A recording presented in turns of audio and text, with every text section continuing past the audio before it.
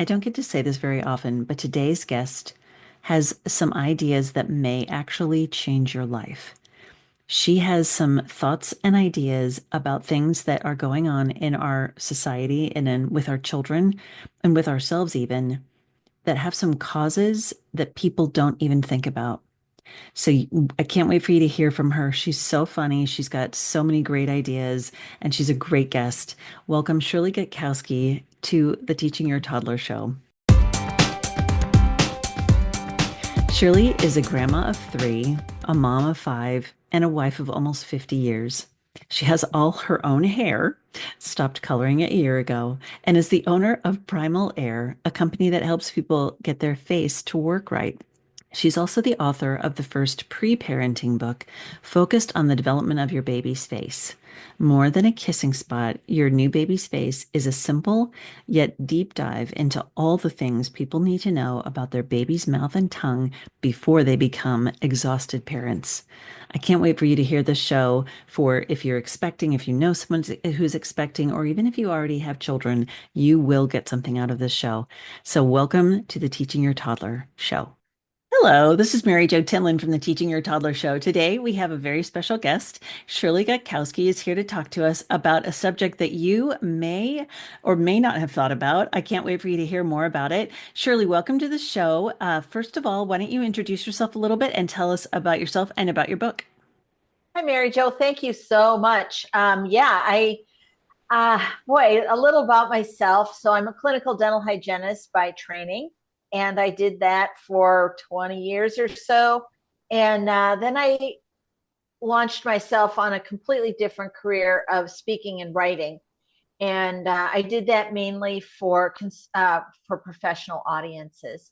And in 2014, I was at a course that changed my life. I was very adamant and proactive and very preventive oriented. And I learned about this thing called the airway.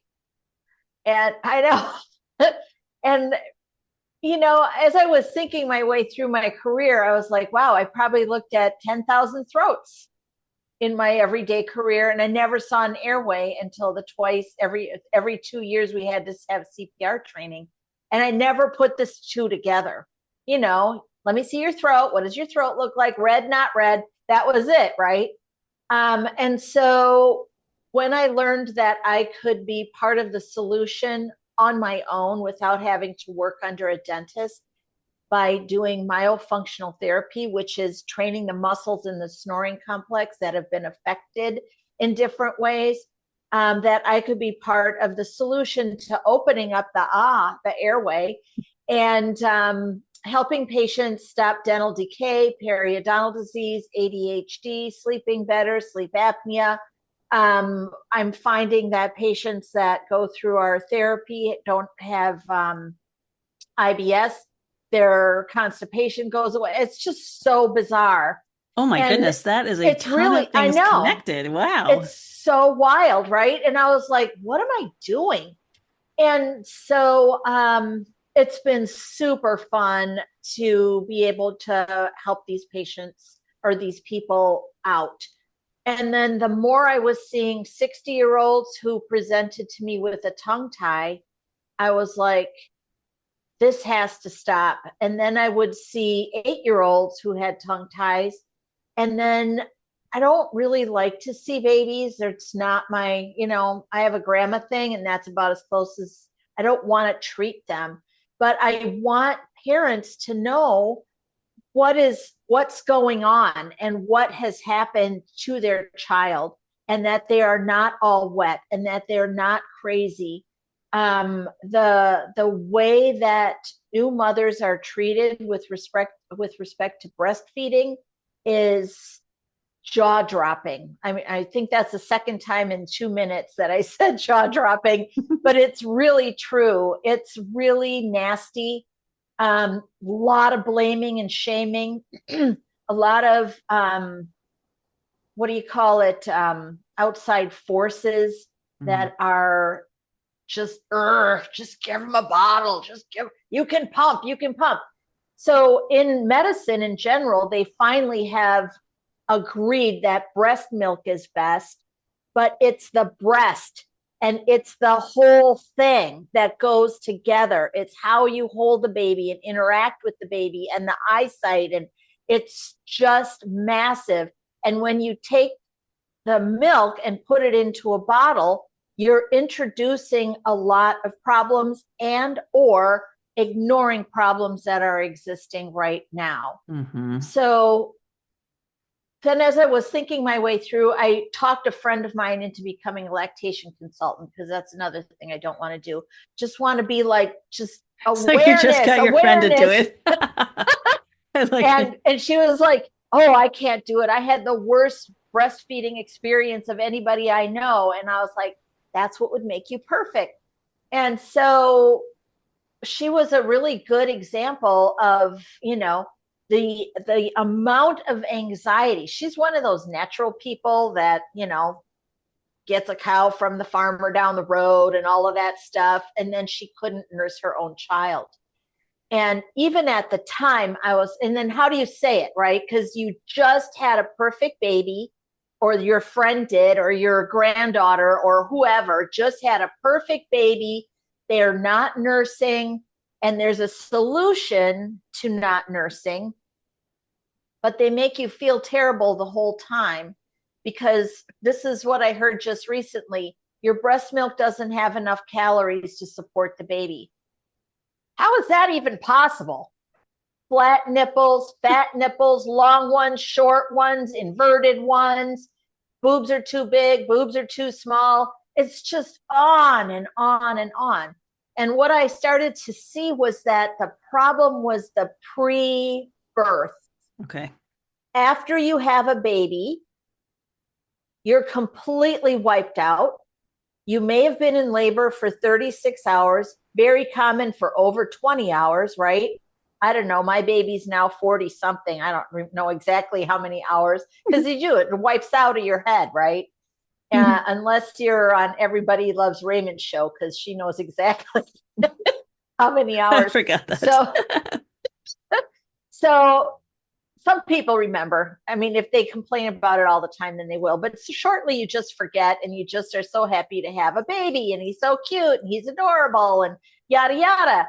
And I'm looking at the baby, like on Facebook, all of these baby pictures come through, and I'm like, oh my God, oh my God, oh my God. And, you can't say anything to a new mother about that. So I wrote a book called More Than a Kissing Spot, Your New Baby's Face. I wanted it to be short. I wanted it to be concise. And I wanted to have pictures in there of babies who are breathing with their nose. I don't know if I've ever seen a baby breathe through their nose until my little grandson, my latest one, he's 3.5 now. Every picture they sent me, he lives in North Carolina, I live in Wisconsin, his mouth was closed in every picture. Like, I didn't know that was a thing. And it is a thing, and that is primally how we are intended to be. We are intended to breathe exclusively through the nose. The mouth is for eating and communicating. The mouth is the escape hatch or the emergency hatch for a problem with the nose. When the baby is in utero, I want mothers to know this, the tongue is supposed to separate from the floor of the mouth at 12 weeks gestation. So it's pretty early. It's a process. This is one of my favorite words. Write this down. Apoptosis. Oh, I love that word too. Mm-hmm. Isn't it great? Mm-hmm. So apoptosis is supposed to occur and separate from the floor of the mouth. And then you are supposed to be able to use your tongue. What does that look like for an infant? Well, it looks like, so the tongue is pressed into the palate. If you've ever tried, and I tried with little Malcolm, to open his mouth when he was sleeping, couldn't do it. It was just pinched shut. And I was like, that's interesting.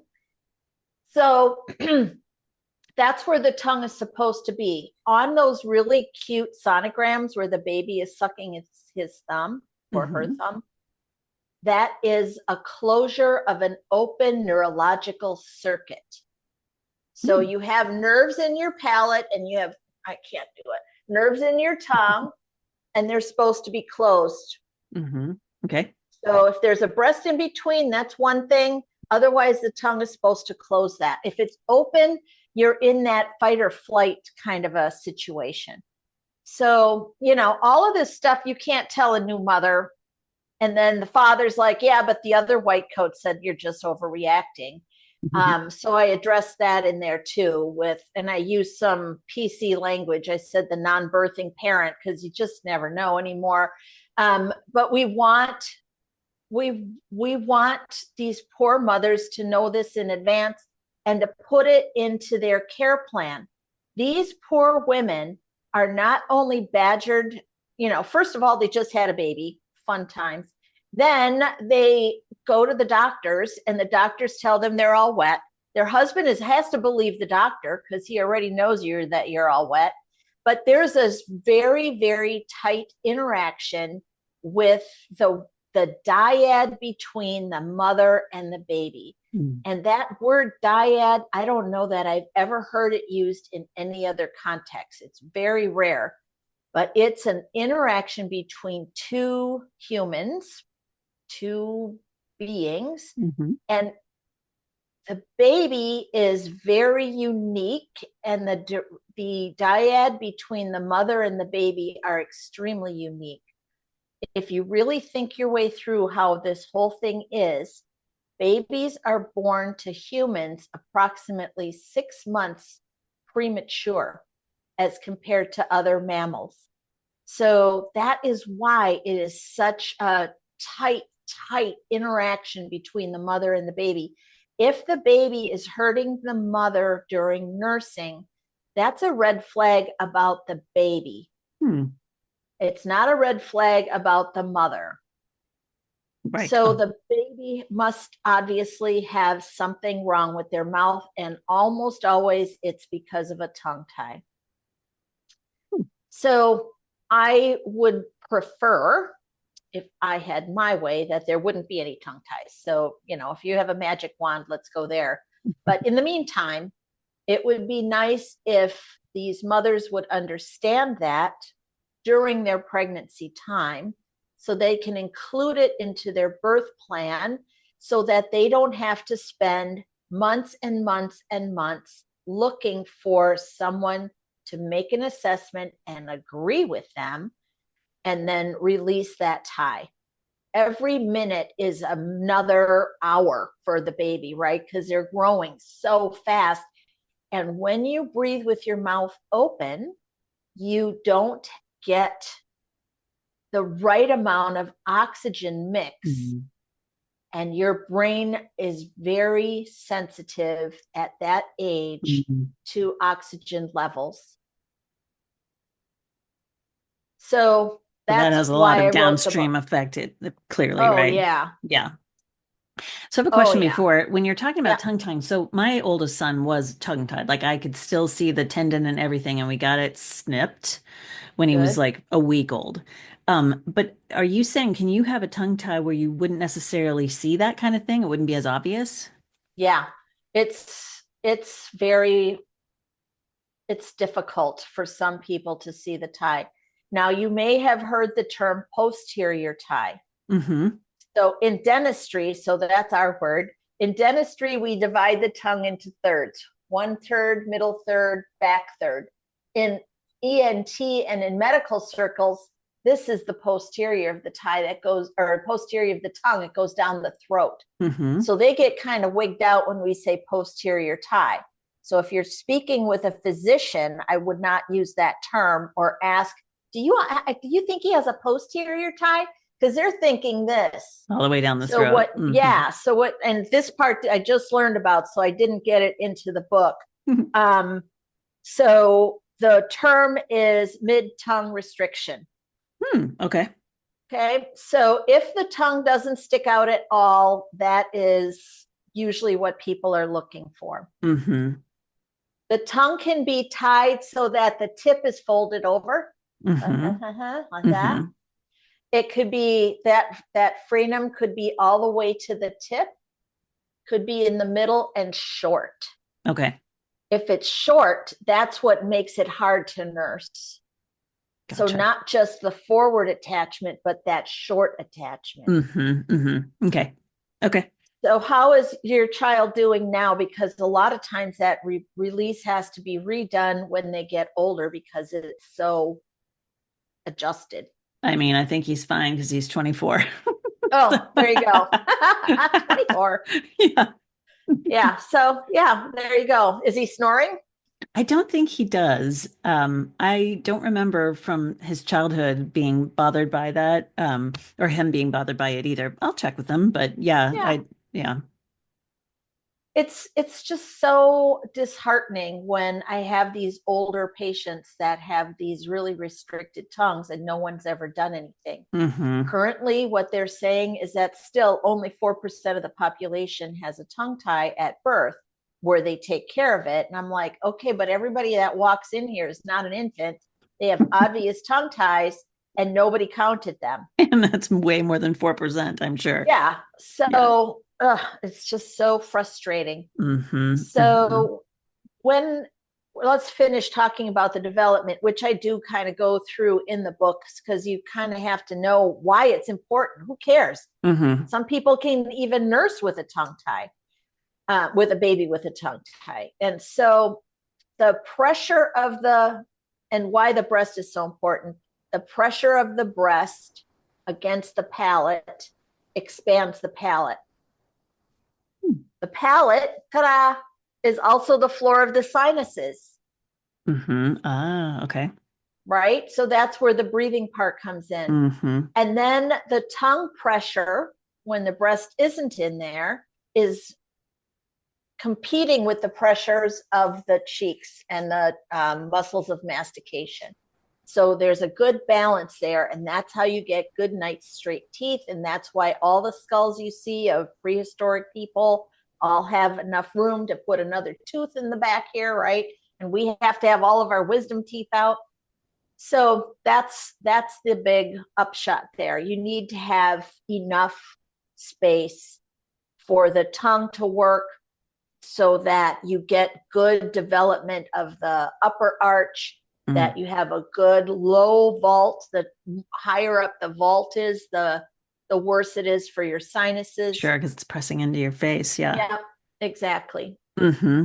That makes sense. So Gosh, it really, I mean, it makes a very strong case for nursing your child, doesn't it? Because of that just facial development. I mean, their head is already sort of malleable in order to be birthed, right? And so that right. whole thing is still moving around. And so, wow, that's amazing. Yeah, it's really critical for sinus development. This bone here that holds up your teeth, and there's a hole here for the sinus, but that same bone is behind the cheekbone and it holds up the orbits. Hmm. So Oh, your eyeball too. So if that doesn't get into the right position, then one eye might be a little bit off center, or the ball of the eye may be squeezed in a way that screws up the vision. oh, I mean, wow. this is not nothing, right? This is a Right. really big thing. It And is. this is this is why I really need for these kids to really have parents who get it so that we Hmm. can take care of Hmm. it. Wow. When you're Yeah. when you're 60 and when you're 50 and when you're 40, it can cost almost $80,000 to repair. Wow. It's unbelievable. Wait, it's unbelievable that we can repair it. First of all, that's Hmm. amazing. But you need to have a second full-time job in order to pay for it. A lot of this Yeah. stuff is experimental or it Sure. is not covered by your insurance plan or something like Mm, that. So, hmm. Hmm. so I mean, that's is it that's causing really it. sleep apnea? Like you have to wear the CPAP and all the things like that? That's the kind of thing Yep. you're talking about with the 80,000 and surgery, I'm sure. And It's a surgical procedure. So okay. they cut the maxilla, they move it forward, they cut the mandible to move it forward as well, or they wear a gadget, an adult gadget to expand the arch, which is a long, not fun My process. daughter had to go through Or, that. yes, see, so you wonder, is her tongue maybe low? It's possible. I mean, that's my son that had the tongue tie. That's his sister. So, I mean, it could In the be for family. sure. Yeah, right. And interesting. I'll have to check because actually their grandma, now that I think about it, my former husband's mom, she had the short tongue. She wasn't necessarily tongue tied, but Oh, she couldn't stick her tongue out. So, I'll that's ask. also a tie. Yeah, That's one right. of the more obvious ones, at least. Yep. Yeah. Oh well, So, interesting. yeah, Hmm. it's really astonishing. So, how is it that there are so many tongue ties right now? Right. Is the question number five, I guess. And that has to do a lot with the food that we're eating. Ah. And yep. And so you don't have the nutrients you need to get that apoptosis to occur completely so that the tongue is free. And Mm. now we're in this fourth generation of a non-species specific food, right? So I fed my kids cereal that was their first food. My As we older all did, right? grandchildren's, Yeah. yeah, that's what we Yep. all did. Hmm. And because that's what they told us to do. Exactly. I don't know who started it, but kids before the 1900s didn't start that way. They started with pre chewed food from their parents, or they just played with the food until some of it went down, which is now called baby led weaning, now that we have a name for it. It's Yeah. ancestral eating and the Hmm. chewing. There's no food that requires chewing. People are drinking a salad. It's just nutso that you just don't think about the chewing component that's missing. Hmm. So Hmm. yeah, there's a lot of little fingers that come off of this topic for sure. Wow, that is amazing. So now you mentioned like ADHD. So what's the tie to that and eventually? So okay, so if your tongue is tied, you have an airway that's back here. You have an epiglottis that flips down so that your sandwich doesn't go into your lungs, right? Hmm. And if your tongue is tied, it's tied into the airway. Ah. So it's slumped backwards into your airway. Hmm. And that's what's called, well, eventually called obstructive sleep apnea. And you can't tell the difference between obstructive sleep apnea or any other kind of sleep apnea in children from ADHD. Nobody is doing these tests. They're just putting them right onto these pills.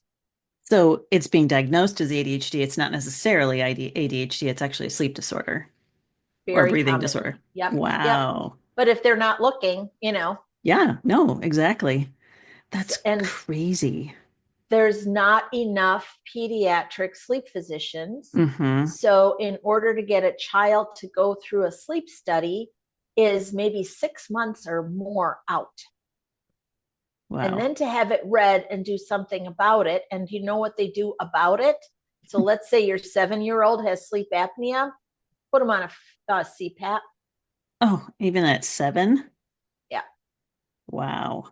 So if that's occurring to the people in your audience, they should find an airway centric pediatric dentist who is not opposed to skeletal expansion in children, young children, 3 years old, 2 years old. Because you can see this already then. Is skeletal expansion, is that a surgery or is it a No, therapy? Okay. no, not at that age. It's a gadget that gets glued in. Ooh, And okay. because they're growing, right, they have to change it out a lot. Okay. So, but Hmm. that's what needs to happen in order to get the face to grow so that you have enough room in your sinuses and keep the sinuses clear and make it easy to breathe through the nose and keep the mouth closed. We also see tongue thrusting in kids with tongue ties, so they have an open bite. So Can yeah. you explain that? Because I've heard that term, but I don't understand it. Tongue thrusting? So yeah, do you see how my teeth, the top teeth, are not covering a lot of my bottom teeth? Okay. Hmm. So that's minimal, like seriously minimal. It should be about 40% over. Oh, wow. Okay, so now if the tongue is pressing against the teeth, it when it's swallowing and it comes forward because it's tethered in the back or in the middle third, whatever, and then these teeth start to go like this. Spread apart. Okay. They spread apart, and then a lot of times they won't touch at all. And every time they swallow, you'll see the tongue stick out Oh, like that. So that's a tongue thrust. okay. Thank you for explaining that. So what they do now in orthodontics is they'll put something called a cage, or I don't know what else they call it right now, but it's like a little stabber on the back of the teeth to keep the tongue from, yeah, to keep the tongue from going there. It's so it actually pokes your tongue so that you won't do that. Yeah, I have a kid right now, one on each tooth, 1, 2, 3, 4, just little spikes. Wow. Yeah. I've never heard of that. That's crazy. Aren't you glad you got me on Yeah, today? absolutely. You're fascinating. This is so much information I never knew. And I think that there's probably a lot of people that are going to listen to this and they're going to be like, "What? I've never heard this kind of stuff." So this is crazy and so like it's groundbreaking. It really is really interesting. Tell me a little bit about the nasal sprays that you recommend or and why. So if your sinuses are small, there's little chutes that attach the sinus spaces together. And if they're also small, because they're small now, there's a mucus covering, right, Okay. that protects all of that tissue. And if it's swollen at all, it closes off altogether. So we need to keep that open as much as we can Hmm. during the whole time. So, and this is something that you can do for an infant right out of the gate. If they seem a little snotty, maybe you have a dog, maybe they're redoing the road and everything, the whole world is full of dust. So you want to keep these passages clear. Hmm. And we do that using a nasal spray called Clear. It's spelled with an X, so it really throws people off. Some people may know it to be Xlear, but it's Okay. pronounced Clear. And every diaper change, you put a drop or two in the nose in an infant. You can, I think it's 6 weeks, 6 months. I don't know. It's a pretty tiny baby. It says right on the label there. Okay. And then just do that. And then for older kids, we put a spray to use to clean out those sinuses. Hmm. The Clear company has a lot of different kinds of nasal sprays now. Used to just have this one here. Ta-da! This is my own personal bottle right here in my office. And they also have stuff with some other ingredients like capsicum in there. So if it's really, yeah, it's spicy, I'm not trying it. It took me 3 years just to try this I one. mean, It's isn't that the so mild. principle? That's in cayenne pepper, right? Yeah, yeah, Yeah. right. Uh-huh. It's Okay. she's spicy. Yep. It'll make your eyes water too. So Wow. there's that.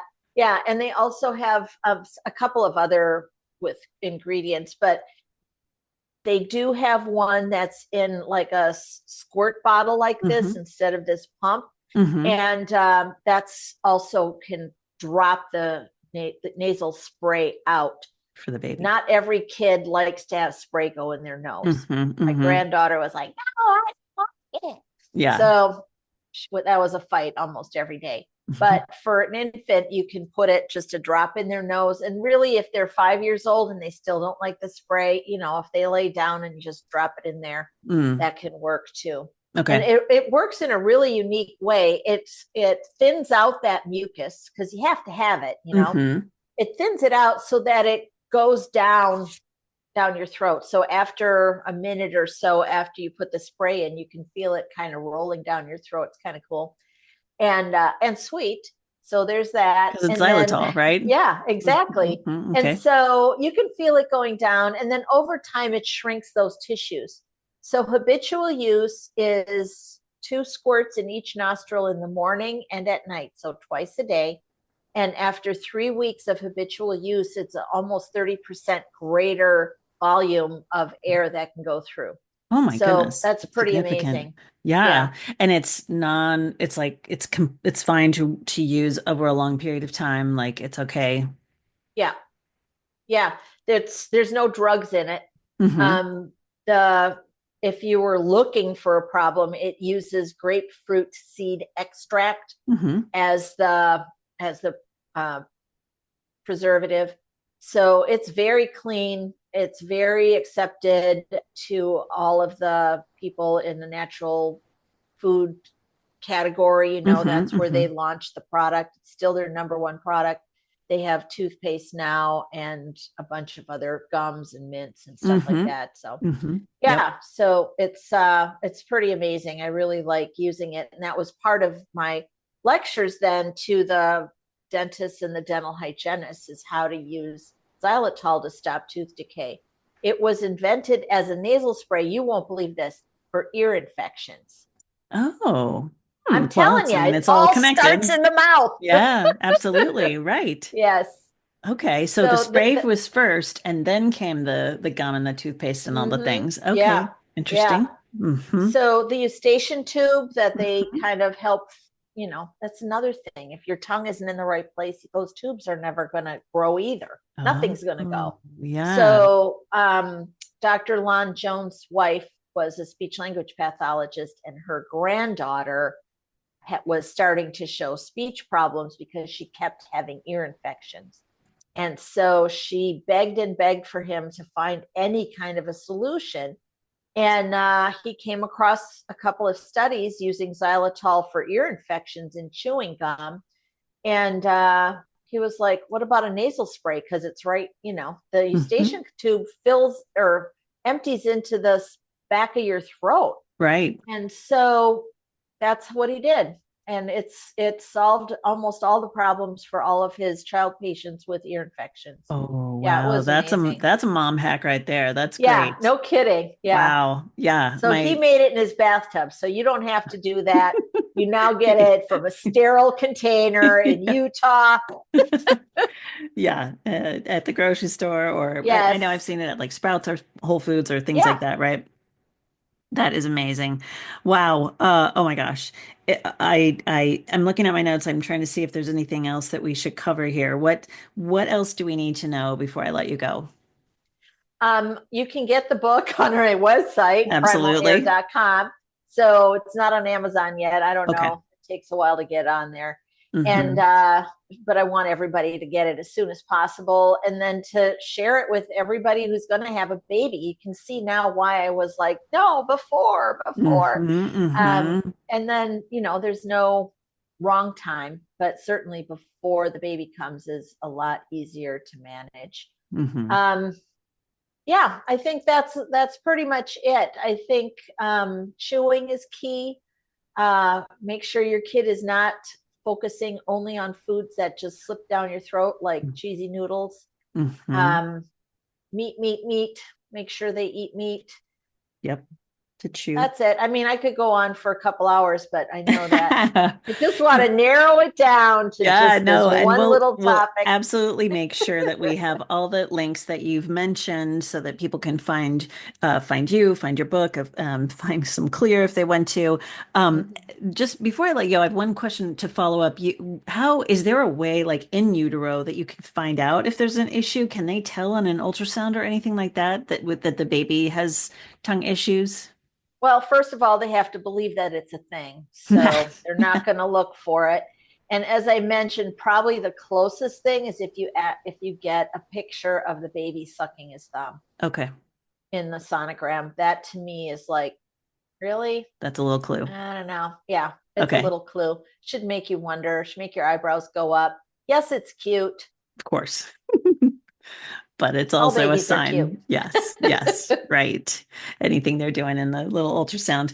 Awesome. Mm-hmm. Well, Shirley, this has been such a pleasure. I mean, you have just like opened up so many new things for me. I mean, I thought I knew a bit about things, but you've really pushed me on this one because this is so much new information. I love it. I It's a love it. Love it. deep It's great. dive. Yes, Yeah. for sure. Deep dive. And it's like mom hacks that I think are going to be so interesting for the audience. So I really appreciate your time today. Again, we'll make sure that we have all the links for people to find you.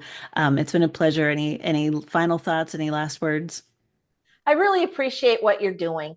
Moms need all the support they can get. The world is a crazy place, and you can stumble down some really black holes. And it's nice that there's some other light. And I think what you're doing right now is very enlightening and helping people in a lot of different ways. So I appreciate you giving me some of your time. Absolutely. We appreciate it too to have you. Thanks for joining us on the show. This has been the Teaching Your Toddler podcast with Mary Jo Tinlin.